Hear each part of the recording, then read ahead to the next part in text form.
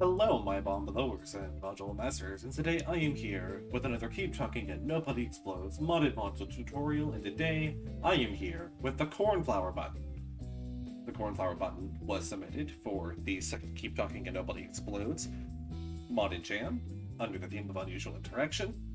And the unusual interaction that this module has is that it is based on the selectables of other modules on the bomb, which is why I have all mods on, as well as 3 Cornflower buttons.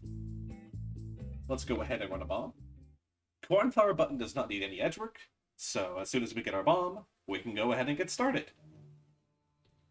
Mind the startup noises that may occur from the other modules. But while we're waiting, let's just give a brief summary of the module. As you can see in the SVG here, well, we already got the bomb, so I can just show you on the module. There is only one. So let's take this one. So the module has 3 arrows, the button, it is Cornflower, and an arrow coming off of the button.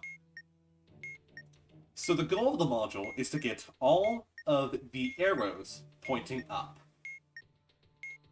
Pressing the button will turn any of the buttons that have highlighted middles.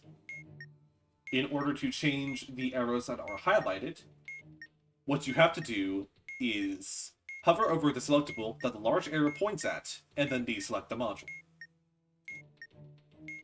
Also, it may point to the alarm clock, so highlight snooze and drop the alarm clock to change the highlights. So how do we go about solving this? So I have a very simple strategy for solving the module. The first thing to do is just click the buttons until one of the 2 arrows points up, which is this one. Next, we're going to change selectables until we have the bottom 2 arrows lit up, the 2 that are not pointing up.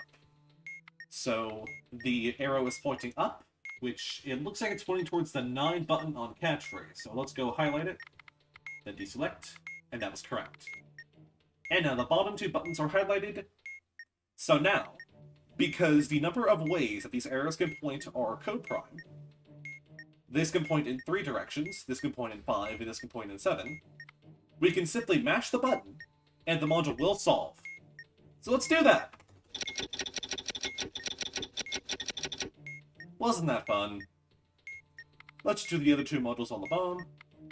Let's go for this one next. Wow, that's very convenient.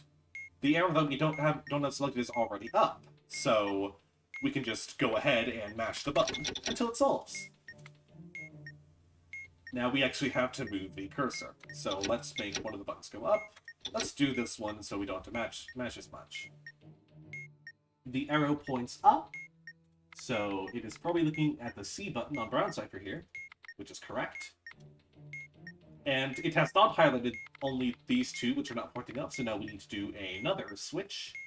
It's pointing towards this orb in hypercolor, so let's go ahead and do that. And now these 2 arrows are highlighted. Well, just for funsies, let's go ahead and change the arrow button some more. Does that seem like fun? I think it seems like fun. Now it's pointing to what is probably the V button on Brown Cipher. Whee! It's pointing to the same orb on hypercolor. Highlight it, deselect. Oh, apparently it wasn't that one. Maybe it's this orb. Let's try it. It was that orb. Now it's pointing to the X button on Brown Cipher. And now we have the 2 arrows we need highlighted. Now just spin the button. And the module is solved. It is a very easy module. I'm not entirely sure that this strategy is the one meant to solve it, but it's one that works very consistently. Thank you for watching this tutorial, and have a nice day.